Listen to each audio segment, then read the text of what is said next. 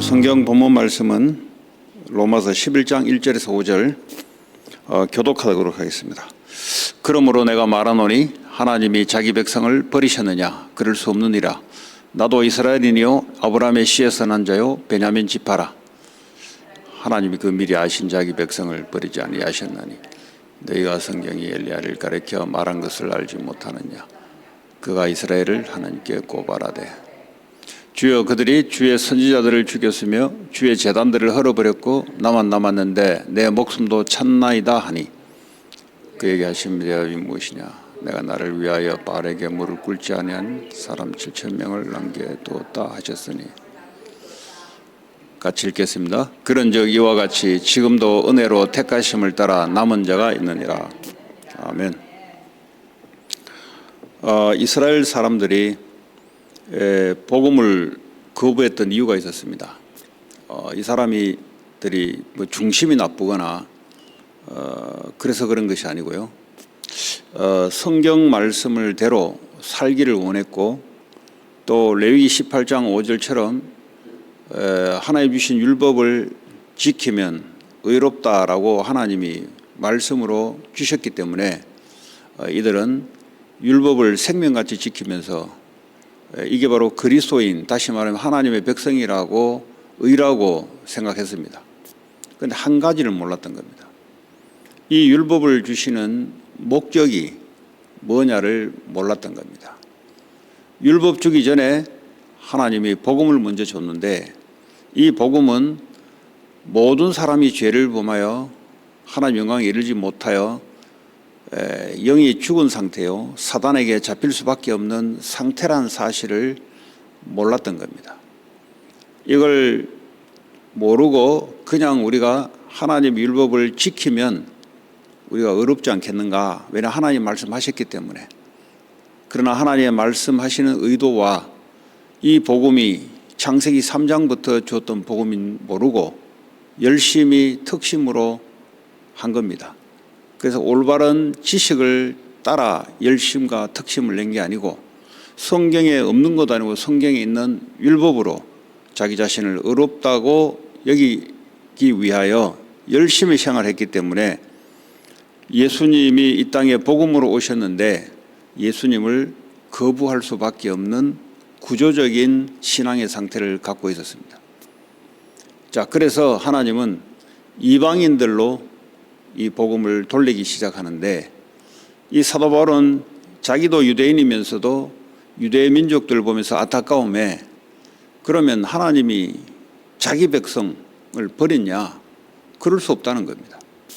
왜냐하면 사도 바울조차도 이스라엘 사람들이기 때문에 자기도 아브라함의 씨에서 난 자요 지파 중에는 베냐민 지파이기 때문에 자기도 구원을 받았는데 어찌하여 자기 백성 이스라엘을 버릴 수 있겠냐는 겁니다.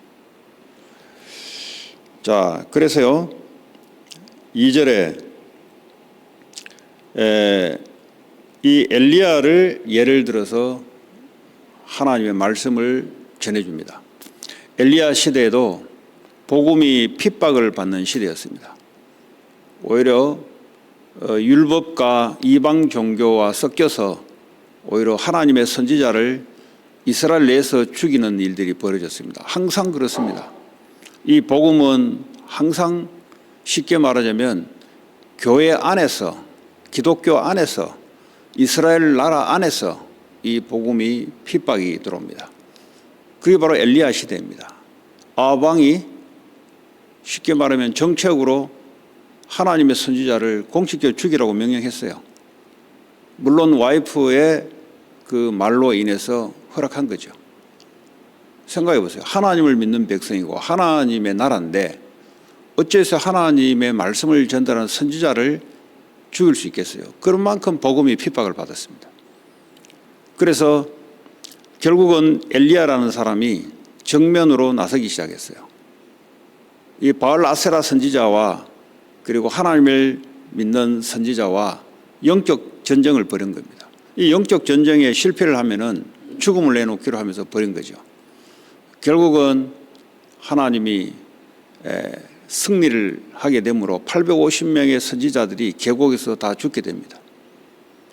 이 아방의 와이프가 믿는 이 종교가, 그리고 이 선지자들이 다 죽게 되니 독이 오른 겁니다.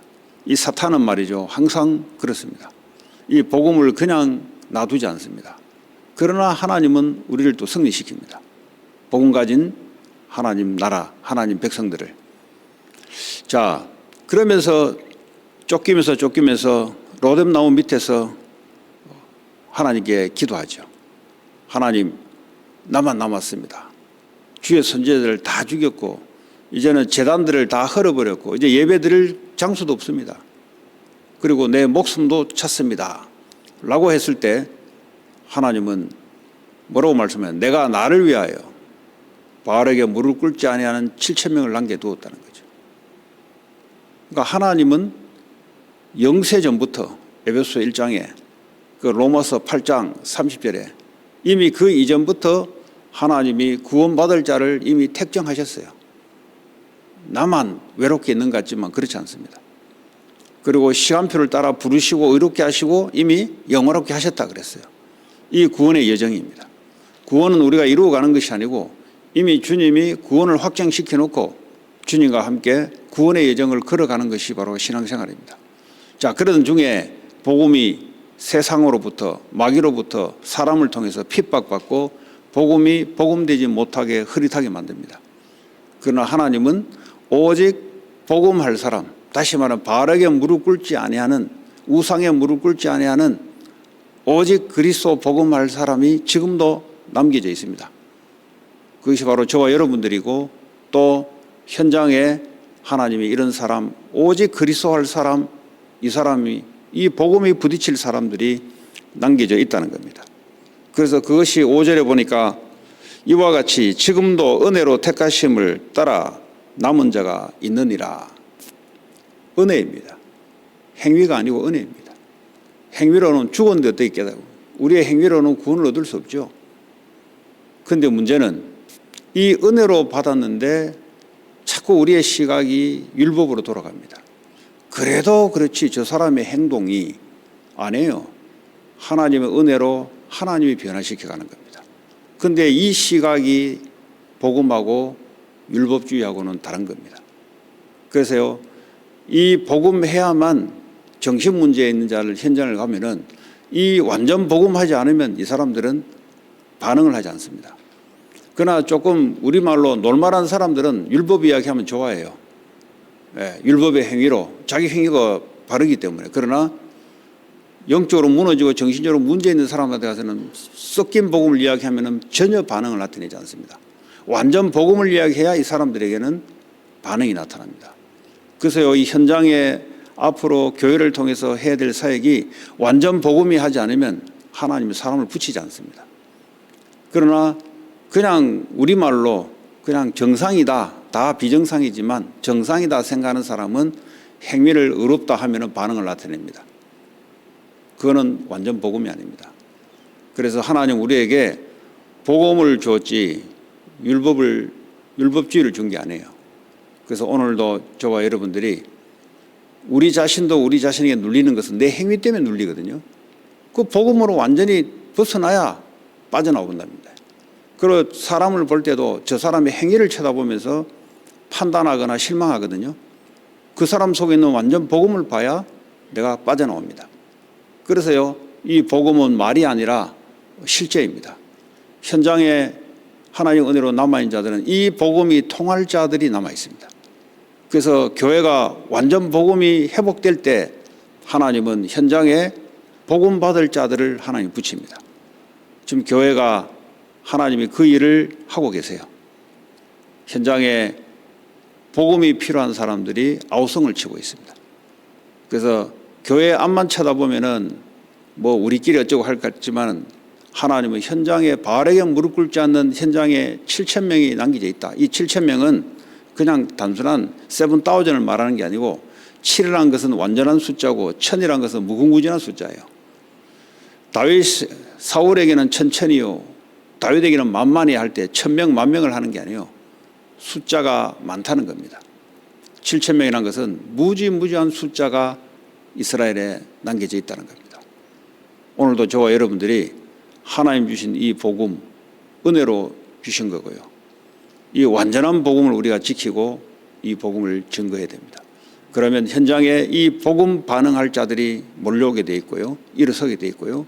이 시대의 정신 문제, 중동 문제, 미국 문제 교회가 해결 못하고 완전 복음만이 해결할 수가 있습니다. 저와 여러분들이 그런 하나님의 은혜로 남은 렘넌트들입니다.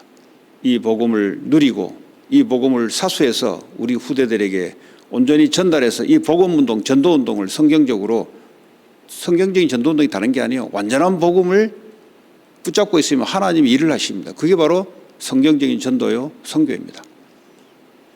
이 부분을 전달해야 될 책임이 우리에게 있습니다. 오늘도 저와 여러분들이 이 완전한 그리스도 복음 붙잡고 누리고 증거하기를 주 예수 그리스도의 이름으로 축복합니다. 오늘 주신 말씀 붙잡고 합심으로 기도하시고요. 하나님 교회가 성도 한 사람 한 사람들이 완전한 그리스도여야만 되는 이유와 복음을 하나님 알게 하시고 누리게 하시고 또 앞으로 현장에 많이 복음 들어야 될 사람들 하나님 현장에 이 복음 운동이 일어날 수 있도록 하나님 역사해 주시고 내게 지교회에 동일한 축복으로 역사해 주시옵소서. 같이 합심으로 기도하고 교회 기도 개인 기도 돌아가겠습니다. 하나님 감사합니다. 오늘도 하나님께 우리에게 완전한 복음을 주시고 이 복음이 아니면 안 되는 이유를 알게 하시고 하나님 이 복음을 교회로부터 시작해서 현장으로 파고들어가는 하나님 성경적인 전도운동, 성경적인 복음운동이 일어나게 하시고 현장에 바울에게 무릎 꿇지 않는 7천의 하나님의 제자들을 찾고 세우는 교회가 되게 하여 주시옵소서. 하나님 내게 지교회에 동일한 역사가 나타나게 하시고 오늘 새벽에 참여하신 모든 분들에게 하나님 완전 복음 속에 하나님 하시는 전도운동 속에 그 흐름을 따라 인도받게 하여 주시옵소서. 예수 그리스도 이름으로 기도합니다.